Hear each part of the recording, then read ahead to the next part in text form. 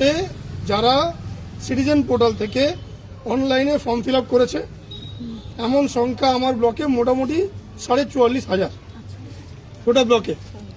তার মধ্যে গত 1 তারিখে, আজ কত তারিখ 7, তাহলে গত 1 তারিখে যে লিস্টটা স্যাংশন লিস্ট বা যাদের টাকা ঢুকেছে বলছে, আমি এখনো জানি না পুরোটা সবাই পেয়েছে কিনা, সবাই তো এসে আমাকে বলতে পারেনি। তাহলে যারা টাকা ঢুকেছে তারা সংখ্যাটা 35,000 মতো, যাদের টাকা ঢোকেনি তার সংখ্যা প্রায় 9 থেকে 9,500।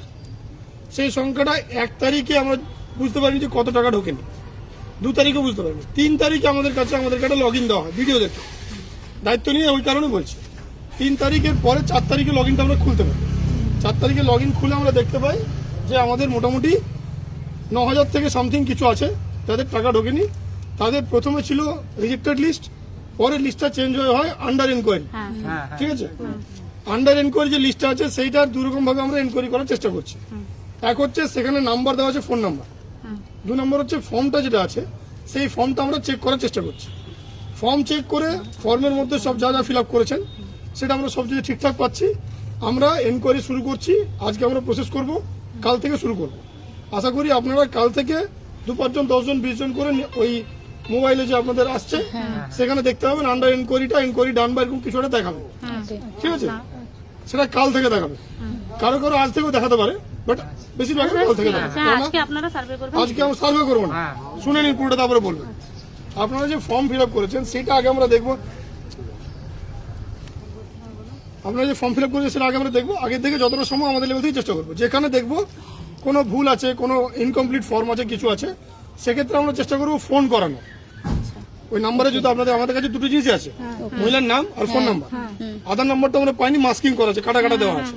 তাহলে আমরা সেখানে ফোন করবো, কারণ ওদের বাড়ির যে অ্যাড্রেস পেয়েছি সেই অ্যাড্রেসটা অনেক লম্বা, পুরো অ্যাড্রেসটা টাইপ করেছে, পুরোটাই চলে আসছে। কাজে সেখানকার কোনো মেম্বার আপনাকে যোগাযোগ করতে পারে, আমাদের পঞ্চায়েতের গ্রাম পঞ্চায়েতের স্টাফ যোগাযোগ করতে পারে, অঙ্গনওয়াড়ি দিদিরা যোগাযোগ করতে পারে, তারা আপনাদের সঙ্গে যোগাযোগ। আমার ব্লকে যে 9,000 আছে এটা যতটা সম্ভব আমি চেষ্টা করছি ফিল্টার করে দেখে কতটা তাড়াতাড়ি করা যায়, বাট এটার জন্য কিন্তু টাইম লাগবে। প্রাথমিকভাবে আমাদেরকে বলা হয়েছে যে এটা আগামী 7 দিনের মধ্যে কি হচ্ছে স্টেট দেখতে চাইছে, যে কে কিভাবে করছে। এটা ব্লক টু ব্লক ভ্যারি করছে। কোনো ব্লকে প্রত্যেককে ফোন করে বলছে আপনারা ফর্ম নিয়ে আসুন, আমরা ফর্ম দেখবো, চেক করবো। আমার ব্লকে যেহেতু বেশ কিছু ফর্ম আছে, বেশ কিছু ফর্ম অনলাইনে দেখা যাচ্ছে, কাজে আমি এক্ষুনি আপনাদেরকে ফোন করে জ্বালাতন করছি না। তার কারণ এখন যদি আমি ফোন করি 9,000 মহিলা যদি আমার কাছে চলে আসে, আমার অফিসে দাঁড়াতে দেওয়ার জায়গা হবে না। টোটাল আপনারা যা দাঁড়িয়েছেন সেখানে হয়তো 150 জন লোক আছে, তাতে এই অবস্থা, অফিসে তো জায়গা নেই। প্রথমে আমরা আমাদের লেভেলে স্ক্রিনিং করে দেখছি, আমাদের অফিসার দিয়ে ফুল টিম নামিয়ে, তারপরে যদি প্রয়োজন পড়ে আমরা কিছু লোককে ফোন করব, কিছু জনের বাড়িতে লোকও পাঠাবো।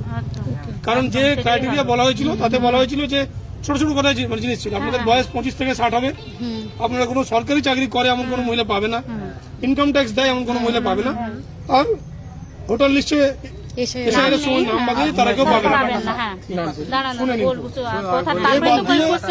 শুনে নিন না বলছি তো। তাহলে এই বাদ দিয়ে কোনো ক্রাইটেরিয়া আমাদের কাছে ছিল না, কিন্তু পরে কিছু মানুষের ধারণা হয়েছে যে বাড়িতে কেউ চাকরি করার টিক মারলে সে পায়নি, কিন্তু এটা পুরোটা সত্যি আমার মনে হচ্ছে নয়। তার কারণ আমি আজ সকালেই লগ ইনে খুলে যেটুকু দেখলাম, সকালে ডিএম স্যারের মিটিং হলো, তাতে কিছু ফর্ম আছে যাদের বাড়িতে চাকরিও নেই, যাদের ইনকাম ট্যাক্সও নেই, যাদের কোনো অসুবিধা নেই, কিন্তু তারা বাদ চলে গেছে। এবার শুনুন কেন বাদ চলে গেছে, সেই কারণটা কিন্তু আমাদের কাছে আসেনি, কোনোভাবে বাদ গেছে, টেকনিক্যাল কোনো প্রবলেম হচ্ছে, কিছু হচ্ছে, সেটা আমাদের কাছে আসেনি। কিছু চাকরি করা, কিছু বাড়িতে চাকরি আছে, হাজবেন্ড বা বাবা চাকরি করে, আগে শুনুন, কিছু বাড়িতে এমন আছে মহিলা যে হাজবেন্ড বা বাবা চাকরি করেন, তারা পেয়েছে। কিছু জায়গাতে আছে যে ভুল করে ফর্ম ঠিক করেছেন, তারা পাননি, কিছু ফর্মে ভুলও আছে।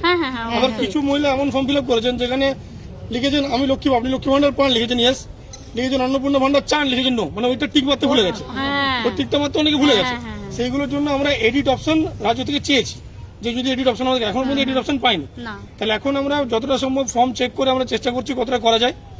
এর পরবর্তীকালে আমরা কিছু মহিলা দিদিমণিকে আমাদের দিদিরা ফোন করবে, কিছু ক্ষেত্রে অঙ্গনওয়াড়ি দিদিমণি যাবেন, কিছু ক্ষেত্রে আমাদের ব্লকের স্টাফ, পঞ্চায়েতের স্টাফ যাবে, সেই জন্য ওয়েট করুন। আর এমন ভাবার কোনো কারণ নেই যে আমার বাদ গেছে কারণ এটা, আপনি হয়তো ভাবছেন এটা কারণ, কিন্তু সেটা যে কারণ সেটা আমরাও জানি না, বুঝা গেল। একই প্রশ্ন বারবার করবেন না, কেউ চাকরি করলে বাদ যাবে কিনা, সে যদি নিজে চাকরি করে তাহলে বাদ যাবে, কিন্তু নিজে চাকরি করলে অনেক ক্ষেত্রে আছে যে সে লুকিয়েছে, সে লিখে লুকিয়েছে, সে পেয়েছে, সেইগুলো আমাদেরকে এনকোয়ারি করার জন্য পরে আবার অপশন দেবে, যেটা আমরা জানতে পেরেছি। এমনও হতে পারে মাননীয় মুখ্যমন্ত্রী যেটা বলেছেন মিটিংয়ে বা আমাদের ইয়েতে প্রেসে, যে যত মহিলা এই সুবিধাটা পাচ্ছেন তাদের প্রত্যেকের লিস্টে একটা পাবলিকের কাছে কোনো পোর্টাল থাকবে, সেখানে সম্ভবত দেওয়া হতে পারে। সেখানে আপনারা যদি মনে করেন যে আপনার পাশের বাড়িতে কেউ আছে যে সরকারি চাকরি করে, সেন্ট্রাল গভর্নমেন্টে চাকরি করে, অথচ সে পাচ্ছে, তখন আপনারা কমপ্লেন করুন, তার এনকোয়ারি হবে, তার চাকরির কি হবে পরে কথা, কিন্তু টাকাটা কিন্তু ফেরত দিতে হবে। আর চাকরি তো একটা কালো দাগ লাগবে, তো কারো যদি এত দুঃসাহস হয় সে করতেই পারে, এটা অভ্যাসে যদি কারো থাকে সে করতে পারে, কিন্তু এগুলো পরবর্তীকালে। এখন যারা পায়নি সেই 9,500 যাতে পায়, কারণ আমার ধারণা এখানে খুব বেশি বড় লোক মানে 9,500-এর মধ্যে 100, 200, 300 হয়তো বাদ যেতে পারে, বাট বেশিরভাগটাই হয়তো হবে, যেটা আমার ব্লক সম্পর্কে যেটুকু ধারণা হয়েছে।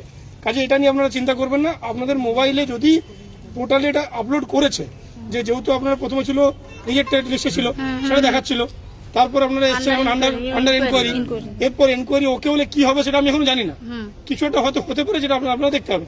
যদি দেখতে পান তাহলে তো বুঝেই যাবেন যে হচ্ছে, আর যদি দেখতে না পান তাহলে অন্তত পক্ষে 15 তারিখের পর ইন্ডিভিজুয়ালি একজন দুজনকে জানাবেন। আমার মনে হয় না যে ভিড় করে আসার দরকার আছে, কারণ যেটা হবে সবার জন্য হবে, এমন নয় কি বাদ হবে।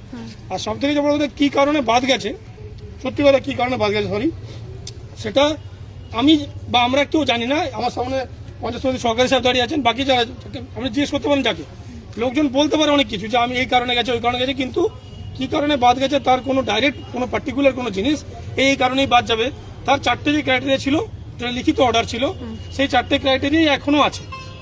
পরবর্তীকালে সরকার কি সিদ্ধান্ত নেবে না নেবেন সেটা মাননীয় হয়তো আমাদের যারা দেখছেন ওপরে তারা বলতে পারবেন, বাট আপনাদের এটা চিন্তা করার কোনো কারণ নেই যে আপনাকে বেছে বাদ দেওয়া হয়েছে, কারণ এখানে বাছার কোনো option block office, SD office, DM অফিসে ছিল না, ঠিক আছে। কাজে ওই জন্য আপনাদের চিন্তা নেই।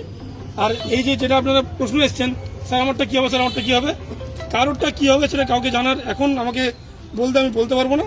এখন কারোরটাই কিছু হবে না, যেটা হবে সেটা হচ্ছে আমাদেরকে আমাদের কাজটা করতে দিন, আমরা আমাদের কাজটা করি, আমাদেরকে 7টা দিন সময় দিন, তাতে যদি সলভ না হয় তখন বলবেন, কিন্তু টাকা আপনারা 7 দিন পরই পাবেন এটা আমি বলতে পারবো না। যেটুকু রাজ্যের মডিউল দেখছি